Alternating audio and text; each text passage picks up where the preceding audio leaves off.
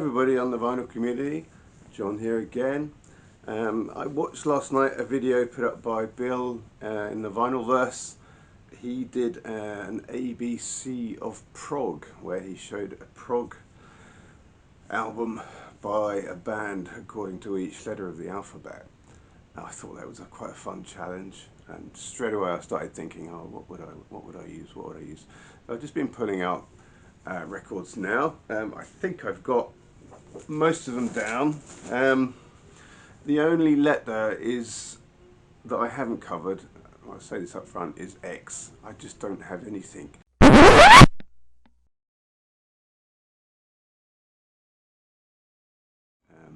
Anyway, so here we go. Start with A. Here is Arabs in Aspic. A lot of these records that I've pulled out, all many of them come from my, recent interest in Scandi schools prog, forest prog. This is Badger. It's their debut album. It was a live album, which is quite unusual, isn't it? A debut album being a live album. But anyway, it's a Roger Dean cover, beautifully done.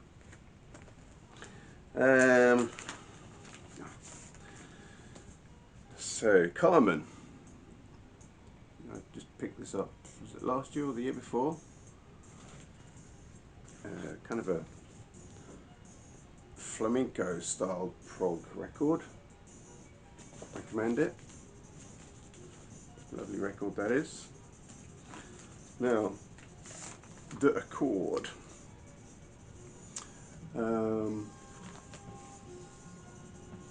This is a Scandinavian band, I believe. They're Norwegian. Off the top of my head, I want to say they're Norwegian, but they could be Danish. No, I think they are Norwegian. I know they're not Swedish. Great band. Look out for them if you haven't heard from them. That's The Accord.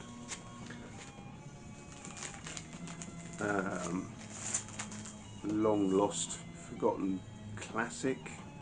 This is England, and the album Garden Shed. So this was sort of come out at the tail end of the sort of the golden age of classic prog rock. Kind of somehow got lost and forgotten about. I bought this it's on red vinyl. So it's a reissue. I think original copies of this are very far and few between. But if you don't have this, or if you haven't heard it, do yourself a favour and check it out. It's an incredible sounding record that ploughs the line somewhere between Yes and Genesis. You can hear elements of both those bands coming together, like almost mouldy. Right, so Finch. This is the record that I discovered before I knew about the vinyl community. I was looking online. I lived in the States, looking online for information about record shelving, and something popped up in my search, and it was Ron Boydry or something like that in the States, and he was showing his record shelving. Basically, he was working his way through, and I sat and watched him on YouTube, and he pulled this out eventually under F. And I've never heard of them before. I looked them up, thought it sounded brilliant, so I bought the record. There you go. So there's a little story of that for me. G. Here we've got Green Slade.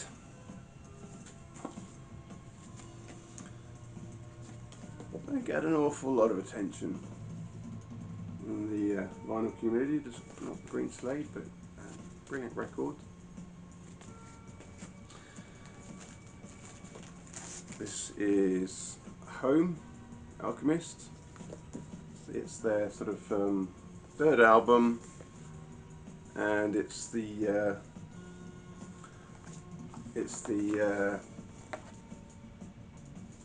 what would you say, the concept album. There you go, that's the word I was looking for, concept album. Spit it out, John.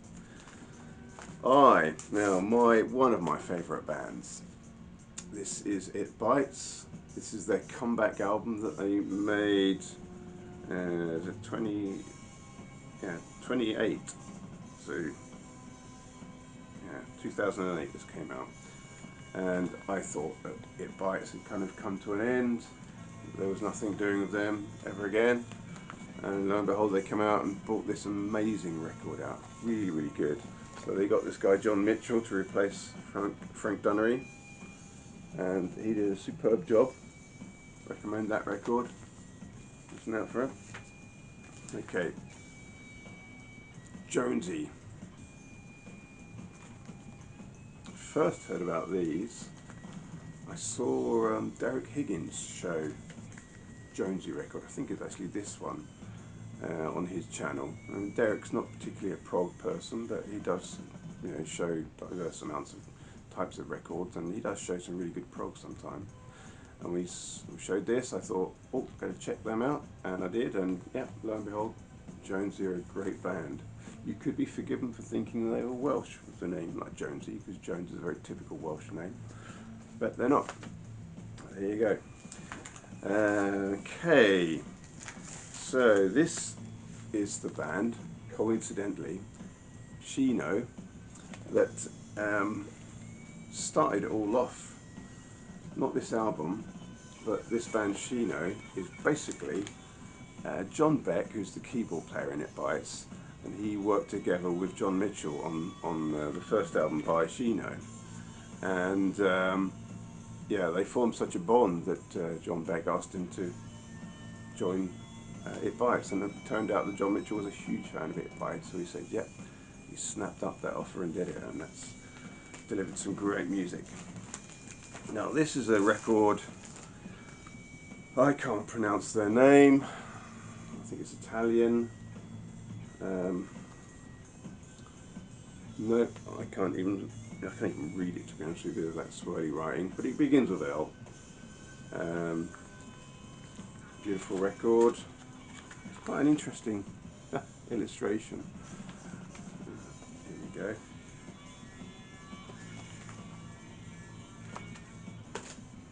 Man are a Welsh band, very much so.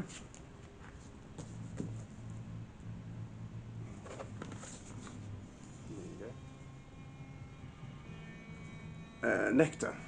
Yeah, so this is The Tab in the Ocean, first album I bought by them, and yeah, great record.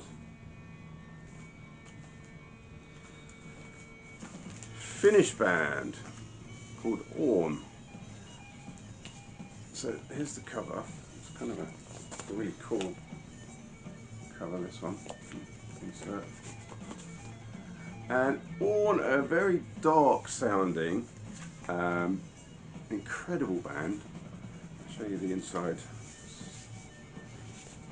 There you go. They're very dark sounding, but they are sort of, yeah, you might even describe them as sort of gothic prog, but they're definitely prog. This is well worth looking into. Do yourself a favour, have a listen to what they do. Okay, Palace. It's the second album. Not quite as popular as the first or the third one. Don't know why. Very 80s, I guess. It's probably the production that puts people off. But it's, a very cool neo-prog album. Q. This is, I haven't shown this one on my channel yet, Quartermass. It's a record I've seen shown by a few different people and spoken about. I think this is another one of those sort of long lost records that is actually very, very good, but not many people kind of got hold of it and originally. So this is only a reissue. Obviously I can't afford to splash out and buy original copies of such records, but reissue's great. So yeah, still getting into this, to be honest with you, but I'm enjoying every moment of it. Quartermass.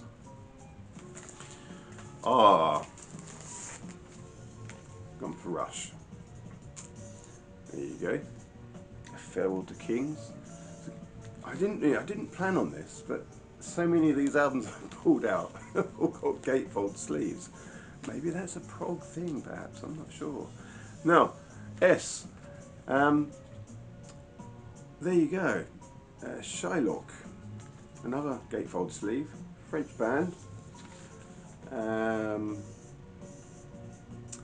When Bill showed his letter P, he chose as a PFF, I think.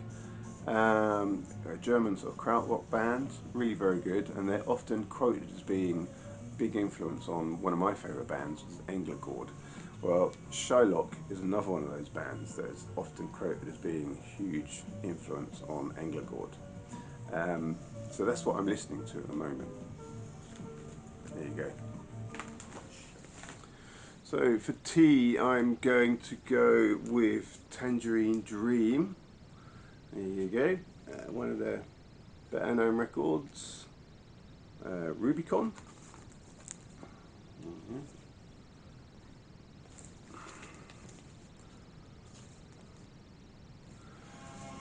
For you, I've gone with Utopia. It's their second album, Todd Rundgren's Utopia.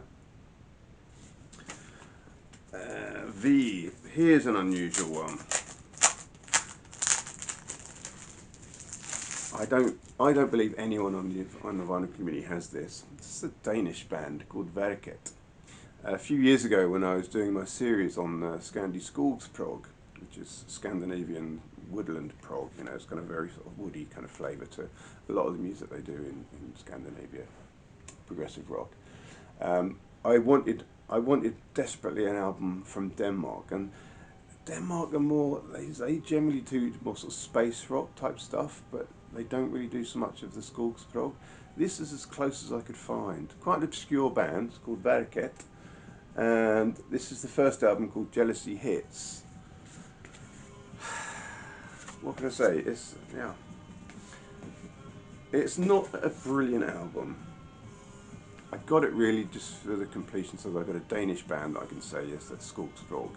Slightly Skogs proggy. Sounds like they produced it themselves, and they probably could have done a better job if they'd got someone in knowing what they're doing. But anyway, there you go. That's my V. W. Oh, I'm going to quibble about this. Now, here's a band which I really like. It's a Norwegian band called Woodwussy. I think that's how you pronounce it. I can't find anywhere that says this is prog. It's got prog pedigree. It's got people on it that come from prog bands. But generally, it's sort of being called sort of gothic folk. It is very folky, but then that's an element of a lot of the woodland prog that you get in Scandinavia. But that's what I want to show. But if there's any kind of fussing and people saying, "Oh, you cheated, you didn't show a proper prog record," then I'll show a wobbler record there, just for the W. There you go. That's a brilliant record, no mistake. Okay, so for X, I'm going to hold up this record here. I originally held up this for my T, and in hindsight, I looked at it and I thought, no, I can flip that around. So this is 12th Night, and 12th Night were a sort of neo-prog band, a bit like Marillion, Palace, IQ, that type of band. And they're called 12th Night, and as you can see, they've spelt their name with Roman numerals, XII. And so I'm going to go that with my X. Otherwise, I had no records to use for X. And I don't believe there are many, to be honest with you, but I'm going to go with this for X. That's 12th Night. This is a really cool cover. I'm going to open this up and spend forever the rest of the evening trying to get it back closed up again. There you go, look at that for a gatefold. Incredible image. Oh, all closed up one one go. Oh, almost. Anyway, that's my X. And for Y, I'm going to show Yes, because there aren't many other prog bands that I have in my collection that begin with Y. I tried to find one that doesn't get shown very often, so this is Time and a Word. well worth checking out if you don't know that one. And finally, Bill showed Zop. I'm also going to show Zop. This is their first album. Apparently, they tell me that this is much more of a Canterbury scene record than the second one.